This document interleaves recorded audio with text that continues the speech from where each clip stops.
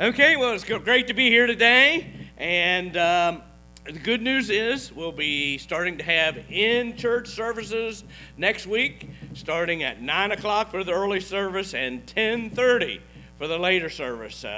Social distancing will still be practiced and still require face mask, but we're open and hope to see you all here next week. What I'm going to talk today about a little bit is called the heart. You know, this month is the month that contains Valentine's Day, so it's the heart month, if you want to call it that. And when you think of Valentine's Day, you always think of like cupids with bows and arrows and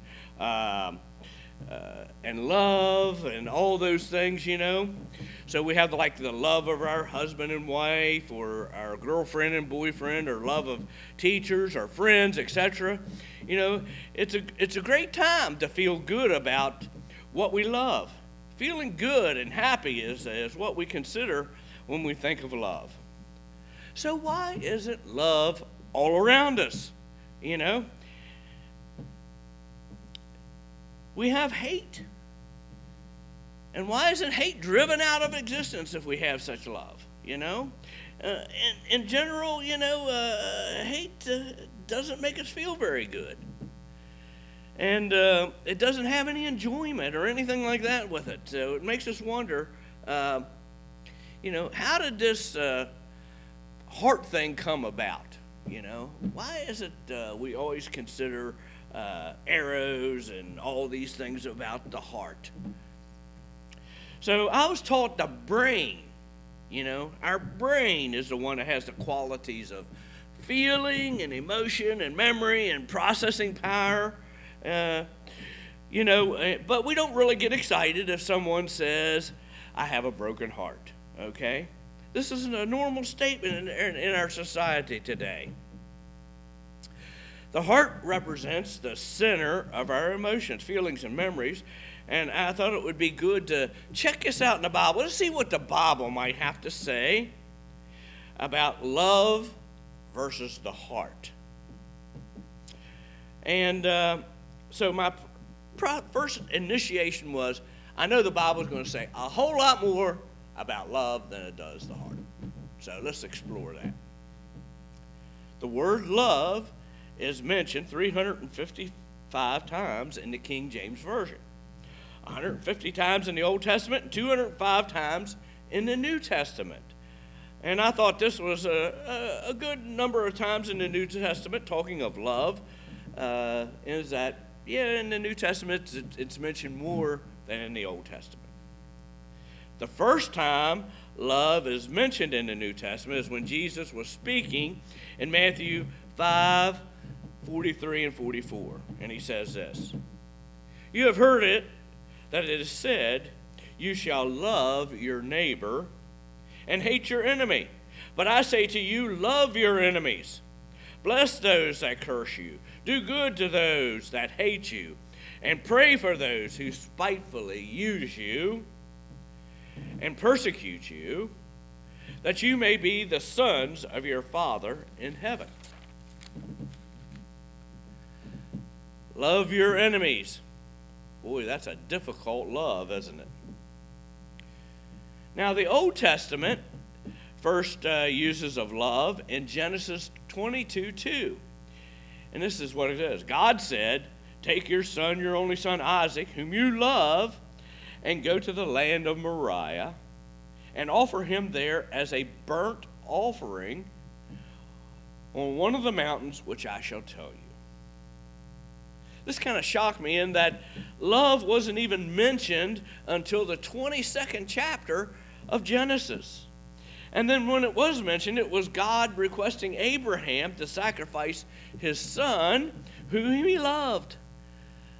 This looked like a test of obedience over our bonds of love. Well, let's look at the heart and see maybe how the heart plays in here.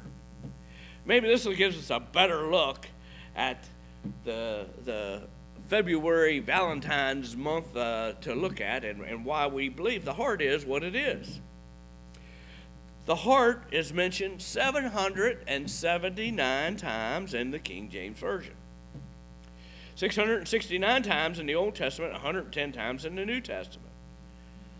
The heart was used over 4 times more than love in the Old Testament, while love was used about 1.5 times more in the New Testament. The first mention of the heart in the Bible is in Genesis 6:5-6. Then the Lord saw the wickedness of man was great in the earth, and that every intent of the thoughts of his heart was only evil continually. And the Lord said, he had made man on earth, and he was grieved in his heart. This is a very interesting fact about mankind. God created mankind, yet left to his own devices, without guidance, our thoughts of the heart are continually evil, which grieve God in his heart. Clearly, the heart is the center of our emotions in this life, with the center of our thoughts, emotions, and will to perform actions. The first use of the heart in the New Testament was in Matthew 5:8. Blessed are the pure in heart, for they shall see God. Overall in the Bible, the heart is used almost 2 times more than love. Now, almost all of us are taught that our thought processes of logic, love, desires, emotions are all carried out in our brains. The heart is symbolic of our emotions. She died of a broken heart. My heart leaped for joy at the birth of my grandson. You know, in 2 Kings 10:15 it says, is your heart right as my heart is towards your heart? You know, God gave Solomon wisdom because this was in your heart, he said. So the heart is used in all kinds of contexts in the Bible. Types of uses of the heart are, you had an evil heart, the integrity of my heart, a hardened heart, hate in your heart, discourage your heart, obstinate heart, consider in your heart. A heart melted, incline your heart, search your heart, a cheerful heart, spoke with the heart desires, grieve your heart, a divided heart acknowledges, upright heart, an understanding heart. My heart will be united with you. A heart for God, a sorrow of heart, a faithful heart. Meditate in your heart, a gladness in your heart. Wisdom enters your heart. Heart cried, secrets of the heart, on and on and on. The word of heart is used clearly. The heart has much to do with our emotions and knowledge and moral standing of an individual. So why so much talk about the heart? An amazing fact came out in science, which has been known since in the 1990s, but is just being made known. The heart actually contains a little brain of its own, as reported in an article by thehuffpost.com. And let me read just a little bit of this article. Yes, the human heart, in addition to its other functions, actually possesses a heart brain composed of 40,000 neurons that can sense, feel, learn, and remember. The heart brain sends messages to the head brain about how the body feels and more. When I first heard about this scientific research, it intuitively made sense. I had felt for a long time the heart had its own mysterious way of knowing. Until the 1990s, scientists assumed that most of us were taught that it was only the brain that sent information and issued commands to the heart. But now we know that it works in both ways. In fact, the heart's complex intrinsic nervous system, the heart brain, is an intricate network several types of neurons, neurotransmitters, proteins, and support cells, like those found in the heart, and it communicates to the brain several major ways and acts independently of the cranial brain. One way the heart can speak and influence to the brain is when the heart is coherent, generating a stable sine wave-like pattern in its rhythms. When the heart rhythm is coherent, the body, including the brain, begins to experience all sorts of benefits, among them greater mental clarity and intuitive ability, including better decision making. Although the heart and brain are in constant communication, we can intentionally direct our heart to communicate to our brain and body in beneficial ways. When we experience sincere, positive emotions, such as caring, compassion, appreciation, the heart possesses these emotions, and the heart's rhythm becomes more coherent and harmonious. This information sent to the brain and the entire body neurologically, biochemically, biophysically, and energetically. You can shift into this coherent state to bring your mind and heart in harmonious alignment and have more access to intuition, often less than a minute. It can take a little practice to do this on demand, but it gets easier and quicker the more you do it. You know, there was an amazing story that adds to this heart-brain consideration. There was this 12-year-old girl that received a heart from a donor that she had no idea who it was. She didn't know the name. She didn't know where it was from. But the size of the heart was very close to hers, so that would fit into her and not cause any problems. So it was the appropriate size. She didn't have any knowledge whatsoever of the donor. So after receiving this heart, she started to have nightmares about someone chasing her through the woods. You know, the dreams happened night after night, and she shared this because she was upset with the heart doctor.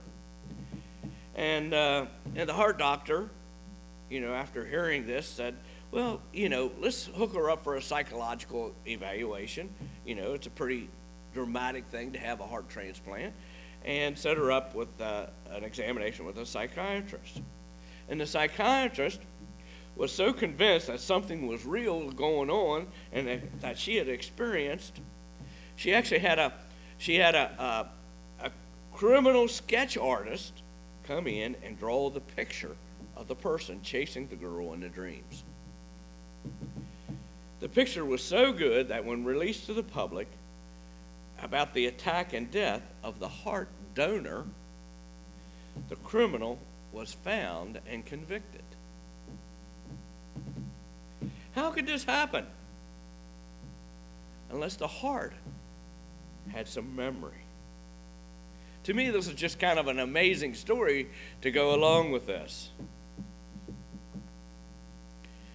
But just go back to the Bible again and just see what maybe Jesus might have something to say about this that might lead a little credence to it. So there was a very important question asked Jesus in Matthew 22, 26, and 28, verses 22, 6, and 28. And it was this: Teacher, which is the great commandment in the law? And Jesus said unto him, You shall love the Lord your God with all your heart, and with all your soul, and with all your mind. This is the first and great commandment. You know, I find this very interesting. To love the Lord your God requires you to believe in him, trust him, listen to his commandments, to know that he is your creator.